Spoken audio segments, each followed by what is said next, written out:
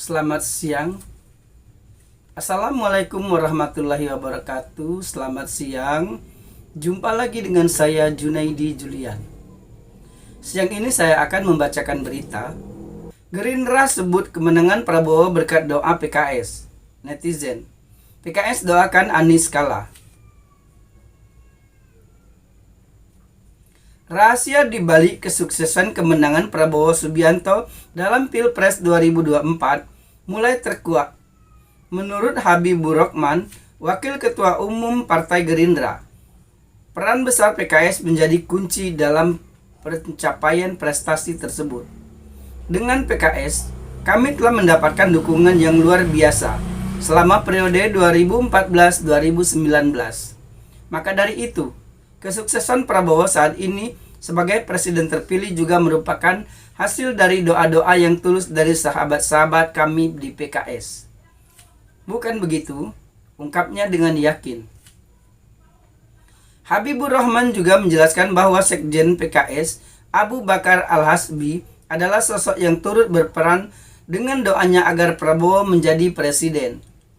Namun respon dari netizen terhadap pernyataan Habibur Rahman menciptakan catatan khas dari sudut pandang yang beragam.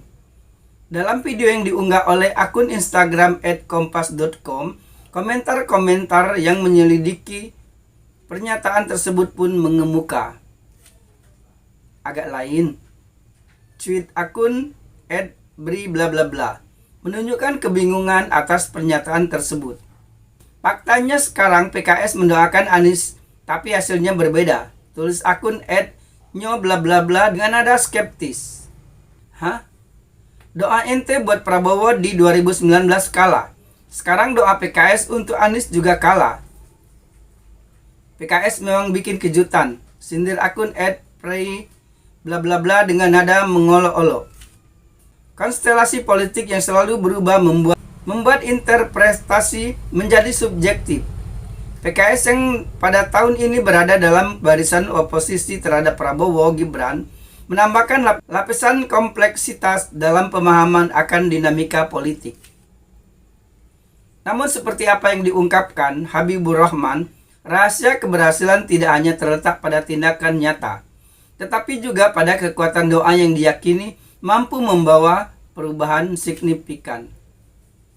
Mungkin memang ada sesuatu yang istimewa dalam doa yang dipanjatkan oleh PKS selama 2 periode pemilihan sebelumnya yang berdampak pada peristiwa politik saat ini. Berita selanjutnya. Kata politikus PDIP, PKS soal Prabowo, jangan ganggu jika ogah kerjasama. Presiden terpilih Prabowo Subianto melempar pesan kepada pihak yang tidak mau bekerja sama untuk tidak mengganggu PDIP hingga PKS merespon ucapan Prabowo tersebut. Apa kata keduanya? Sebelumnya, Prabowo bicara hal tersebut dalam sambutannya di acara BIMTEK dan Rakornas PAN di Hotel JS Luansa, Kuningan, Jakarta Selatan, Kamis 9 Mei 2024. Prabowo Subianto mengaku akan terus menjalin kerjasama dengan semua kekuatan. Meski begitu, dia tidak mempermasalahkan jika masih ada yang tidak mau untuk diajak kerjasama. Indonesia tidak bisa dibendung, kecuali elit Indonesia tidak bisa atau tidak mau kerjasama. Kuncinya itu. Dengan demikian, saya akan berjuang terus bersama semua kekuatan yang mau diajak kerjasama. Yang tidak mau diajak kerjasama tidak apa-apa, kata Prabowo. Prabowo belak-belakan meminta kepada mereka yang tidak mau diajak kerjasama agar tidak mengganggu. Dia menekankan pihaknya hanya ingin bekerja untuk mengamankan kekayaan yang dimiliki bangsa Indonesia. Kalau ada yang mau nonton di pinggir jalan, silakan jadi penonton yang baik. Tapi kalau sudah tidak mau diajak kerjasama, ya jangan mengganggu. Orang lagi pada mau kerja kok. Kita mau kerja, kita mau kerja. Kita mau amankan kekayaan bangsa Indonesia, ujar Prabowo. Prabowo juga menegaskan, tidak boleh lagi ada masyarakat Indonesia yang kelaparan. Dia mengatakan tidak boleh ada anak yang menangis kelaparan. Kita mau hilangkan kelaparan. Tidak boleh ada orang Indonesia yang lapar. Tidak boleh ada anak-anak yang menangis karena tidak makan. Tidak boleh. imbuhnya. PDIP sebut yang bisa ganggu justru yang di dalam. Senior PDIP Hendrawan Supratikno menyebut yang akan mengganggu jalannya roda pemerintahan justru dari internal. Ia menyinggung pihak yang berebut kursi di dalam pemerintahan. Bukankah yang bisa mengganggu biasanya yang ada di dalam?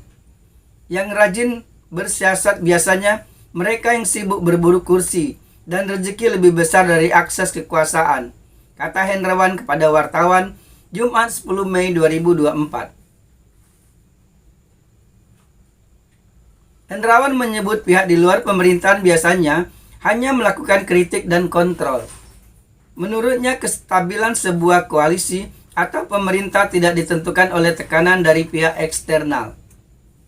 Dalam game teori, stabilitas kartel atau koalisi lebih ditentukan oleh tarik-menarik kepentingan internal, bukan oleh tekanan eksternal, ucapnya.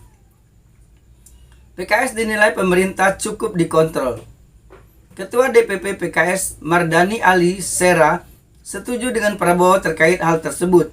Mardani menyebut pemerintah cukup dikontrol. Bagus, pemerintah jangan diganggu, kontrol saja, kata Mardani kepada wartawan Jumat 10 Mei 2024. Mardani menilai fungsi kontrol terhadap pemerintahan perlu diperkuat. Dia pun membanggakan posisi PKS yang selama 10 tahun menjadi oposisi pemerintahan Joko Widodo Ma'ruf. Justru fungsi kontrol yang harus diperkuat. PKS selama 10 tahun pemerintahan Jokowi selalu istiqomah, jadi oposisi yang kritis tapi konstruktif, ucapnya. Itulah dua berita kita siang ini. Selamat siang. Wassalamualaikum warahmatullahi wabarakatuh.